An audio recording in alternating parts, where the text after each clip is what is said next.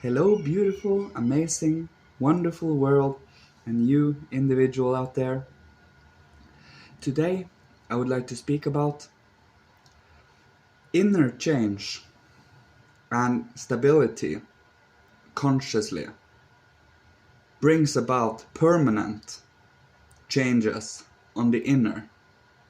I think I might have been redundant there, but inner change is permanent. Outer change is not. This, of course, indicates if you are actively training and practicing and using your inner faculties for perception and consciousness, thinking, feeling, willing, and so on.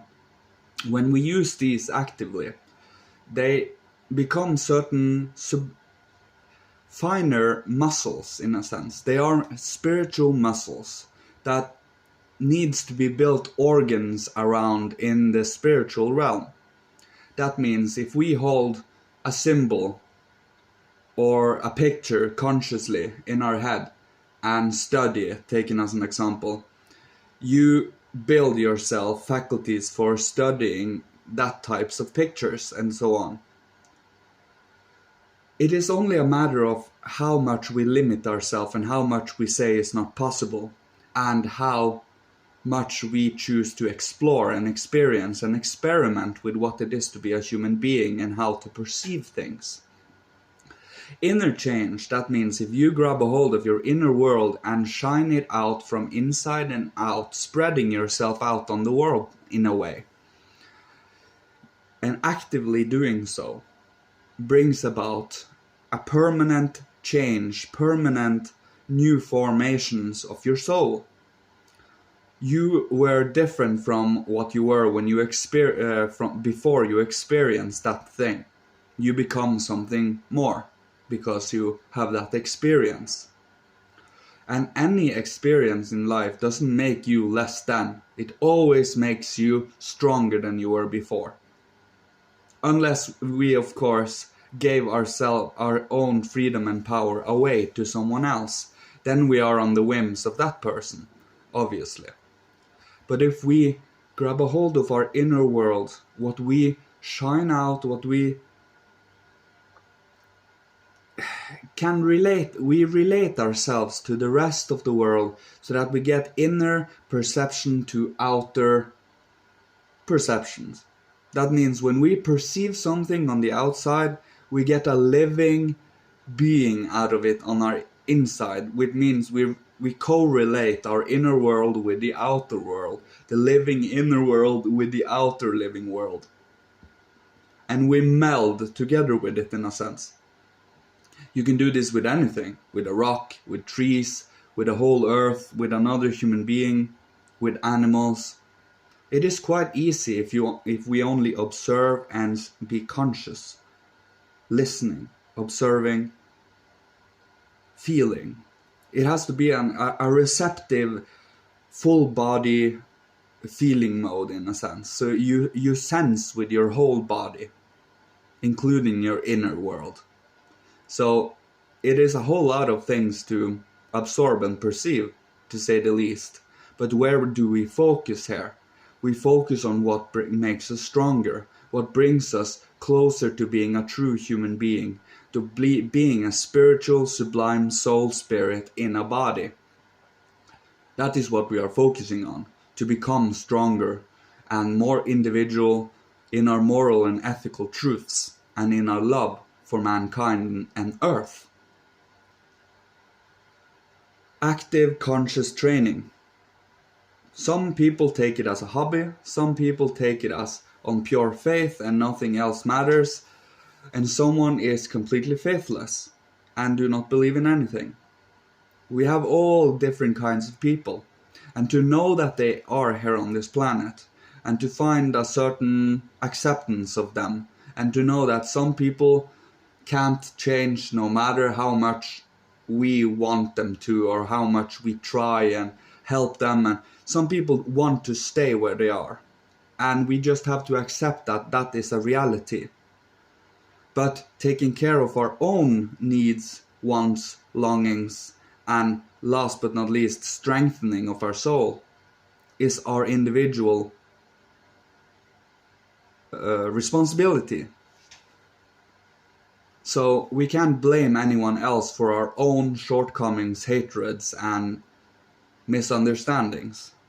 We will have to take full responsibility of all of our actions, feelings, and thoughts. If we don't, we are moving on automatic as a mechanical structure of some kind. But we are not. We are living, perceiving beings.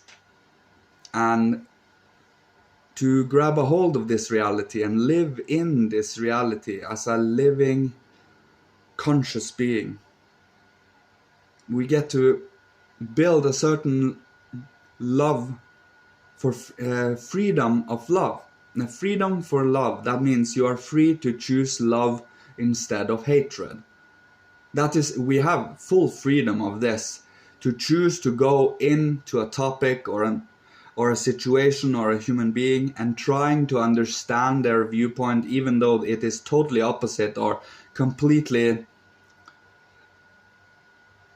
different and might bring inner pain to you. But to still find acceptance, love, and understanding there. That is the choice in freedom we have. Or we can choose to automatically go to we condemn.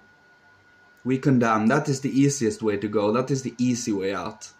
But to truly find understanding in everything and in anything, now that is a challenge I truly have feelings for. I love those challenges, because life is not meant to be easy. Life is not meant to be challenge-free. Without challenges and hindrances, we do not have something to go against to strengthen our soul spirit. It is to push back and to strengthen like we push a cart, and then we put rocks on, and then we become stronger and stronger. That is why we do spiritual work, to strengthen our soul spirit. Our body will falter, our body will decay and die, but our soul spirit will move on and it will grow. And we take all our lessons in love, consciousness, and understanding with us further to the next life. So all these lessons that have strengthened you as a loving, caring, spiritual being is what you take with you after death. So you have certain vantage points in your next life if you cultivate things here. You do it for the future. You sow seeds for the future generations and the waves of the future. And by doing so, you sacrifice a whole lot of instant gratifications and hunt for glory and the rat race and all of this, and you just do things the way your soul, spirit, and the divine wants you to do it. You take things by stride in increments, so that you do not become crushed or overwhelmed by the world or yourself. It brings about a certain steadiness, consistency, love for the work, sincerity, seriousness, and a true honesty to what you do. It must be honest. It can't be hypocritical. It can't be manipulative and oppressive. It has to be truthful, caring, loving, and understanding.